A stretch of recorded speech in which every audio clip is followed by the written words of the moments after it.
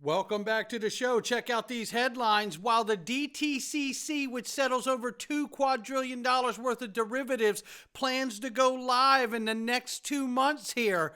Oh my goodness, you're going to want to see this. Ripple embarks on solving a $2.7 trillion problem on another continent altogether. This just keeps getting bigger. Somebody roll that beautiful intro.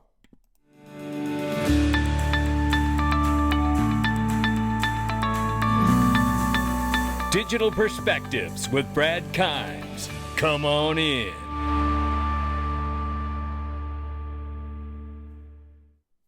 Welcome back to the show. You can follow us on YouTube and Twitter and digperspectives.com for exclusive content. Right now, $2.74 trillion market cap for crypto. The market is up 5.3%. We see 68,900 plus for Bitcoin, 3,500 plus for Ethereum, 105.8 billion plus market cap for Tether. XRP's back at number 6 spot. We're up by 1% in the 24 hour, 2.1 in the last hour, and 6.7 up on the 7 day. So we'll keep an eye on it. Range of prices, we are moving at 64 cents, ladies and gentlemen. Just saying, keep an eye out. You never know. We are at a crucial window according to the technical analysts. We want to pay attention to the next couple months here. Looking at this, it's XRP Las Vegas. We're 38 days and counting, ladies and gentlemen. The largest XRP conference in the world, May 3rd, May 4th, 2024. And you can get a discounted room at the MGM by clicking that button right there and stay right on site and have access to not only the conference, walk straight there from your room, the best restaurants and shops that you could imagine in Las Vegas. Listen, MGM Grand is on par with luxury and just excellence, right? Love the MGM Grand property, and so excited that we're able to have it there this year. But don't mess around because the VIP tickets are already sold out. Get your general admission ticket. You know that this is going to be an incredible conference, and I want to see you there. Make sure you get your ticket today. Click the link. Here we see, let's start with this, ladies and gentlemen, because you know what? It's bittersweet what we understand about XRP's role in the new financial world. And that role, I believe, is to help in a crucial moment to relieve some of the spillover shocks that have been created from the massive money printing and the overall stress when a national currency also serves as a global reserve currency. Here we can see that 282 U.S. banks suffer toxic combo that could trigger a collapse with $900 billion in total assets at stake. Now, this is a separate issue, and I want to go into this. And essentially, what this is highlighting is a toxic combo about the fact that this is not just a couple banks that are in trouble. This is of the 282 banks, 16 hold between 10 and 100 billion in assets, and the majority of the banks on the list hold less than 10 billion in assets. The problem is they have hundreds of billion leveraged, right? Remember, fractional lending is 10 to 1 for these banks. So this is how problems happen. The bank recently revealed that its losses in the fourth quarter of last year were 2.4 billion.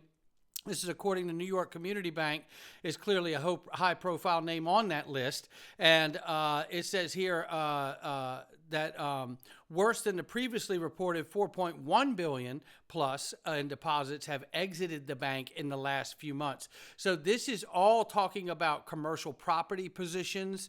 We know commercial property since the pandemic has really fell off, right? So Claros looked at regulatory filings known as call reports for 4,000 banks scanning firms whose commercial real estate loans are over 300% of capital.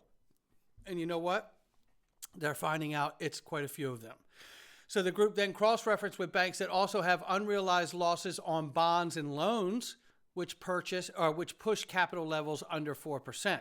So there are many different avenues that the banks are exposed here. And the problem is you have something systemic like Evergrande collapsing and knowing all the central banks are connected at the hip. This could be a cascading effect that just starts and becomes systemic globally. And here's a quick image here of what $1 trillion looks like. Let me mute that here. Shout out to Graborga Box here. That's what a million looks like. Here's what I think it's 10 million looks like with a suitcase next to it. Here's what 100 million looks like with a person standing up now. You get the idea of size, right? This here is what 1 billion looks like. And then it goes on to 10 billion, and then obviously 10 billion there. You can see the different stacks, and this is what a trillion looks like. Now, what's important about this is that to add to the banking issues of the 282 banks that have been shown to be upside down, like beyond their wildest dreams right now, there's also this fun fact. What $1 trillion of US dollars looks like, it's printed every 100 days. Here it is. We're going into the tank that much, right? Every 100 days. The last image there. It's that. Every 100 days that's being added on. Unsustainable, and the countries know it, and they know it. And so do the presidential candidates that are running right now. RFK Jr. calls cryptocurrency the best hedge against inflation, and we all know why. Because specifically it's uncorrelated with the, it has a correlation, which is a 180-degree correlation, essentially, with cryptocurrency versus the dollar index. So the worse the dollar does, the better crypto does, right? But then let's take a look at this. Because look, now what are we looking at? So we're looking at problems inside the banking system with the way they've built their capital structures, right? Then we have problems with the debt mounting $1 trillion every 100 days, right? Then we have BRICS coalition. Pakistan has formally applied to join BRICS and China in supporting its membership bid. And then we remember also Saudi Arabia back in January officially joins the BRICS bloc, according to Reuters, right? And we know that they have the petrodollar agreement with the United States of America, along with other oil-producing nations, for military protection in return. So this gets quite complicated when you look at all of these impending factors, whether it's the geopolitical aspect of BRICS, whether it is the mounting debt that is being from printed money, or whether it is the actual systemic collapse that is about to happen inside the banking structure. This is a multiple trifecta taking place here, and something has to be done. You know, Clinton Donnelly, shout out to him, he says it right here, tongue-in-cheek, but it's still pretty spot on. U.S. dollar differs from other stable coins because it's not backed by anything. It's the meme coin with the highest market cap. And you know what? He's right. Something has to be done, as I have said multiple times now. The gold standard went away. The petrodollar agreement went into place. All of this was done to elevate the status of the national version currency, the US dollar. So it was done to elevate that status so it could be revered and respected and used as the global reserve currency of the world. And for the last 80 years, that's exactly what's happened. And the only thing backing it is the full faith and confidence of the United States government. That won't continue into the future where we're going. We are moving from a debt-based system to an asset-backed, multipolar asset-backed system, I should say. And if we're going to do that, that means that the fractional lending at some point has to stop. The banks will be forced to backstop everything they're lending, or at least cut it down to a great degree. And we're going to have to see something replace the underpinning of the petrodollar agreement. And I think that honestly could be something like the XRP ledger. Call me crazy. But the more I learn, the more I see happening, the more I see it positioning itself to serve in that capacity. Because as a bridge currency to all the money of the world, you could put the proper reserves from every sector of the traded economy onto the ledger, and you could underpin the confidence of the dollar with those very real reserves, and you wouldn't need to be beholden to other nations and an agreement for exclusivity of trading oil. And then you could remain dominant for the next 150 years. But this must be timely and it must be done properly. And the only way you're going to get that level of liquidity out here is to make sure you tap into the repositories. What are repositories? Places where value is held. Banks, financial institutions, investment firms, DTCC clearing houses.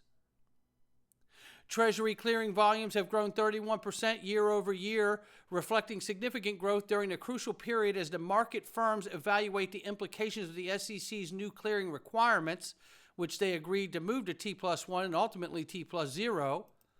Here we see the U.S. transition to T+1 settlement cycles is 2 months away now, May 28th. Implementation date approaches.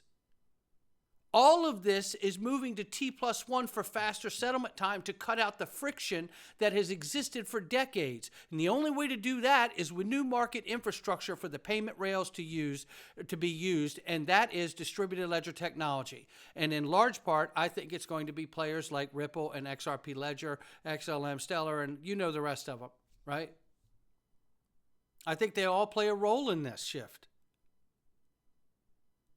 And this is a massive repository with over $2 quadrillion worth of derivatives to settle every year. So imagine if XRP Ledger is used in this, that you could use some of those reserves of this repository to justify the real value underpinning a digital US dollar, if you wanted to. 3 months and counting? Well, we're down to 2 now, ladies and gentlemen. And remember, Ripple joined ISDA, International Swaps and Derivatives Association, to help the DTCC directly settle that $2 quadrillion in derivatives.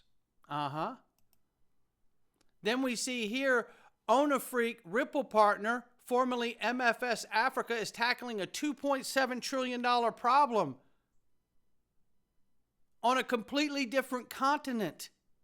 That's what we're talking about here. Let's listen to Brad Garlinghouse talk about the repositories. This is when he was back, when he had just first became CEO of Ripple. Take a listen. As you know, Ripple is really focused on how do we enable an internet of value? How do we make value move the way information moves today? And that's our big kind of multi-year, 10-year view of how the world will evolve. And it's really how do we dial that back and to make it tactical and real today and tomorrow. And I think if you want to enable an internet of value, you've got to connect the repositories of value. Right. And what are repositories of value? the repositories of value, as big as the Bitcoin value proposition is today, the banks own trillions and trillions and trillions of dollars of assets. So if we want to enable an internet of value, we got to connect the banks. There it is. You got to connect the banks. And that's what you're doing when you're connecting the clearing houses along with the financial institutions and the banks. And we're working with over 50 governments. So how many of them are actually working with Ripple and their central banks? We don't know the answer, and we don't get to know the answer. But I'll tell you this, and I don't say it as a maximalist, it's more than Bitcoin. And when this thing gets turned on, it's going to knock your lights out what's going to happen. Because as Brad said, banks hold trillions and trillions and trillions of dollars. And laying out in the first part of this video, they're all in trouble. So they all need every solution that they can get their hands on. I think Ripple and XRP become at least one of those solutions. Not financial advice from me or anyone else. This is the Freedom Zone, digitalperspectives.com. You can join it for next to nothing. A great way to support the channel. You get content every day. You get my YouTube content every day without zero Google ads. Zero Google ads, right? And you also get access to a full access to a private Telegram group, which has an amazing conversation going on in there. You're not going to want to miss it. You want to be around the like-minded people. They got they're pointed in the right direction. They don't get hung up in dumb stuff. This is the place to be. There's no question about it. These are some of the most organized, focused people that you could ever want to be around, and it will help raise your game to be around them because it's raised mine. No doubt about it. Grateful for each and every one of you. Not financial advice from me or anyone else. I'll catch all of you on the next one.